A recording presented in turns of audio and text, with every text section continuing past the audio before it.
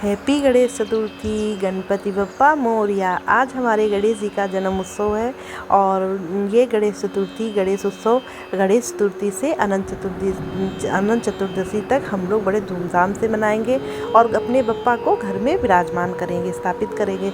तो मैंने पूरे घर में गंगा जल छिड़क लिया था और फिर जहाँ गणेश जी को हम स्थापित करेंगे वहाँ गंगा जल छिड़क देंगे चौकी पर। और शुद्ध लाल वस्त्र जो होंगे, आप लाल वस्त्र बिछा दीजिए। और पीला वस्त्र बहुत शुभ माना जाता है गणेश जी की पूजा में, तो पीला वस्त्र भी आप बिछा के और फिर आप इसमें चावल के इस तरीके से आपको स्वास्तिक बना लेना है चावल का। आपके पास चावल अगर गेहूं हो तो आप गेहूं का भी बना सकते हैं या आटे का भी बना सकते हैं। गेहूं के आटे का वो भी बहुत शुभ होता है। तो स्वास्तिक बना लेने के बाद गणेश जी को स्थापित करेंगे। तो मैं नित्य पूजा के ही अपने गणेश जी को स्थापित कर रही हूँ। आप चाहे तो इको फ्रेंडली या मार्केट से गणेश जी की प्रतिमा ला करके स्थापित कर सकते हैं। तो मैं अपनी नित्य पूजा के गणेश जी को गंगा जल छिड़क के शुद्ध वस्त्र पहना के, माला पहना के भगवान जी को स्थापित कर लिया है। अब पूजा में हम कलश स्थापित करेंगे। तो मैं चावल से ही अष्टकमल बनाऊंगी। तो हमें अष्टकमल बना लेना है, क्योंकि कमल कहते हैं ना, कलश को ऐसे ही नहीं सीधे रख देना चाहिए। तो उसमें आपको है अष्टकमल बना लेना है। तो आप भी अष्टकमल चाहे आटा के, गेहूं के या चावल के, जो भी आप बनाएं वो बना सकती हैं।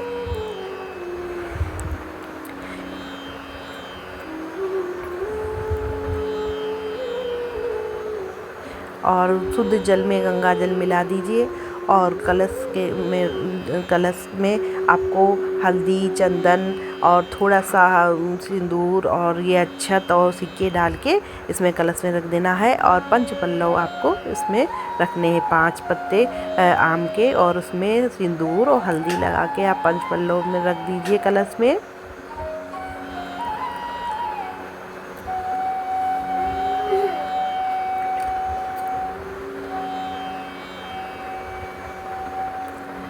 इस तरीके से 5 पत्तों में आपको ये लगा लेना है सिंदूर और ये हल्दी। और फिर नारियल हमें रखना है। तो नारियल जटा वाला होना चाहिए, बहुत ही शुभ होता है जटा वाला नारियल रखना।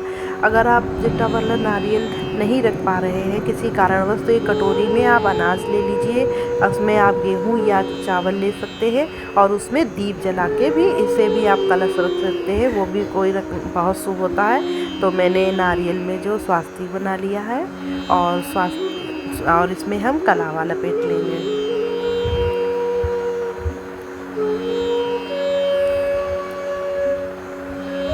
तो मैंने 7 बार कलावा लपेट लिया है नारियल में और 3 बार गांठ लगा दीजिए।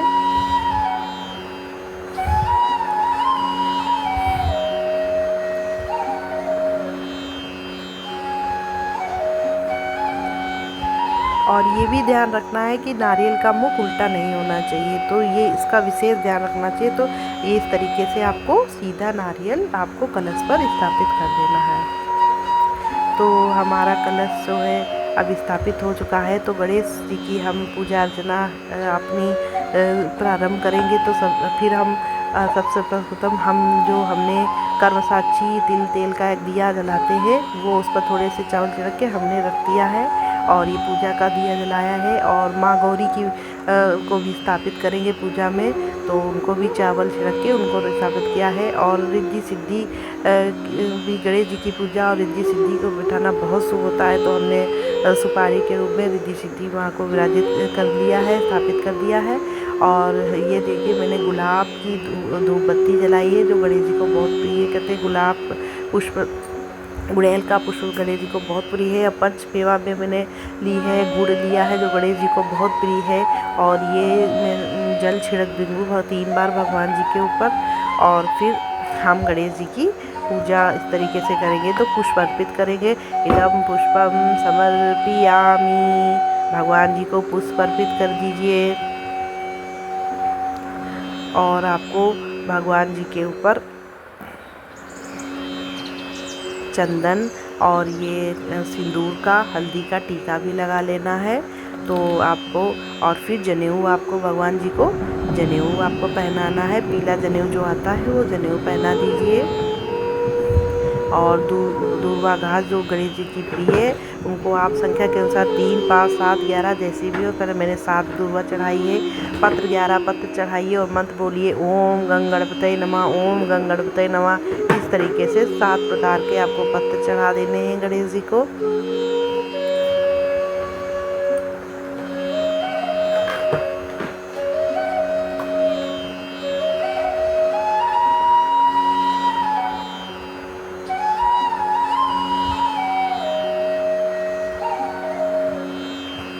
और फल आपके पास जो शक्ति सामर्थ्य से फल हो तो आप 5 फल चढ़ाइए गणेश जी को। केला जो है गणेश जी का बहुत प्रिय है, तो आप पूजा में केला बहुत ज़रूर चढ़ाइएगा। तो केला की संख्या 2 हो तो जोड़ा चढ़ाइए, बहुत शुभ होता है। तो फल चढ़ाने के बाद आप जो है गणेश जी को ये जो हमने रिद्धि सिद्धि माता सब बैठा रही है उनको हम वस्त्र रूपी कलावा चढ़ा देंगे। गणेश जी को हमने वैसे ही वस्त्र पहना दिए तो उन्हें कोई ज़रूरत नहीं है, नहीं पहनाए कोई बात नहीं है, तो चाहे तो आप चढ़ा सकती हैं कलावा। और मीठे पान का भोग चढ़ाइए, लौंग इलायची अक्षत सुपारी का मीठे पान का भोग गणेश जी को बहुत प्रिय है, तो गणेश जी को मीठे पान का भोग लगाइए। और कलश में भी भोग लगाइए, भोग बहुत शुभ होता है। और इत्र भगवान को बहुत पसंद है, तो आप इत्र रुई में थोड़ा सा इत्र लगा के या बॉटल स्प्रे आती है इत्र वाली, वो भी आप रख सकते हैं। तो इस तरीके से भगवान जी को सबको इत्र भी आप लगाइए।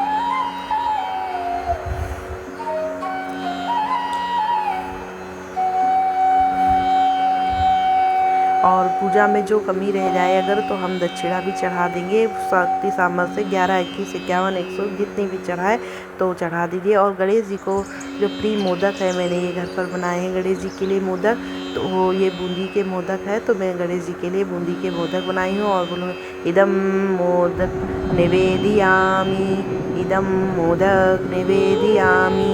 सभी देवी देवताओं को भी हम मोदक का भोग लगा देंगे। और पंचमेवा और गुड़, गणेश भगवान जी को गुड़ बहुत प्रिय है, तो इदम निवेदम निवेदयामी, इदम निवेदम निवेदयामी, इदम निवेदम निवेदयामी। इस तरीके से आपको 3 बार गणेश जी से निवेदन करना कि हे प्रभु मैंने भोग लगाया है, प्रभु स्वीकार कीजिए मेरे मोदक का भोग स्वीकार, पंचमेवा का भगवान गुड़ का भोग स्वीकार कीजिए। फिर जल समर्पित कीजिए और भगवान जी को बोलिए इदम जलम निवेदयामी, हे प्रभु मेरा जल स्वीकार कीजिए। और माँ गौरा से अखंड सुहाग का वरदान प्राप्त कीजिए। पूजा में माँ गौरा का आशीर्वाद लेना, सुहाग लेना बहुत अनिवार्य होता है, तो 7 बार माँ गौरा से सुहाग ले लीजिए सुहागन महिलाएं। और रिद्धि सिद्धि माता से भी आशीर्वाद ले लीजिए।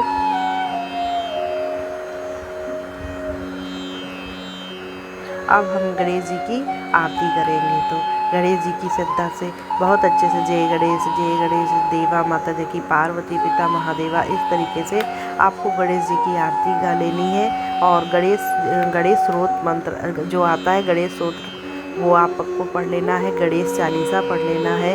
और ओम गंग गणपतये नमः, नमो नमः, सिद्धि विनायक नमो नमः, ओम गंग गणपतये नमो नमः, श्री सिद्धि विनायक नमो नमः। इस तरीके से आपको गणेश जी के मंत्र भी 11 बार पढ़ लेना है, तो बहुत ही शुभ होता है गणेश जी का मंत्र पढ़ना। और आप रुद्राक्ष की माला से ओम गंग गणपतये नमः, ओम गंग गणपतये नमः, ओम गंग गणपतये नमः, आप 108 माला जाप भी कर सकते हैं, वो भी बहुत शुभ होता है।